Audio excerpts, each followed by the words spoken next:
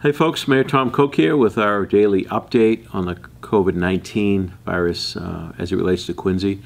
I know you're certainly getting plenty of reports on the TV from the national and state levels on the statistics and recommendations. So just want to share with some information of what's happening in Quincy.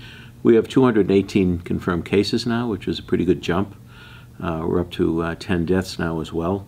We have some significant issues in one of our nursing homes, and some of our elderly buildings are starting to hit a little bit. So we're reminding everybody about the social distancing, that's so important. That's what keeps the virus from spreading, keeping that separation. We have about 60 people that have recovered, however. Let's keep that in mind, that most people do recover from this. And we're well over 13,000 cases in Massachusetts now. So Ruth Jones and the team continues to stay on top of things. We're in constant contact with Manet Health and all the other appropriate medical agencies around and the hospitals, and first responders are doing a phenomenal job.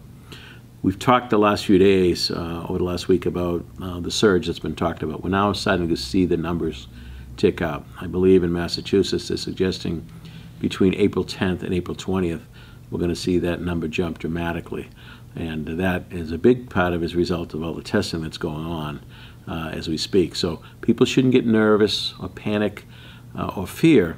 The numbers are going to go up dramatically. Having said that, it's a reminder to follow the guidelines, and please stay home if you can. If you get out and do some exercise, no group activity, please. Certainly go out for a walk or a run or a bike ride, but please stay away from the group activities. No gatherings, if you will. I've seen a lot more people wearing the gloves and masks out and about, as been recommended, but we're also finding a lot of them on the ground. If you could please put them in the appropriate place, the rubbish barrel. That would be helpful to us and our operation. Remind you again, a reminder from our Public Works Department, please, no wipes. Everyone's using the Clorox wipes now. Please don't flush them down the toilet. They wreak havoc with our sewer system. And the same goes for grease. A lot of people are cooking that weren't normally cooking before.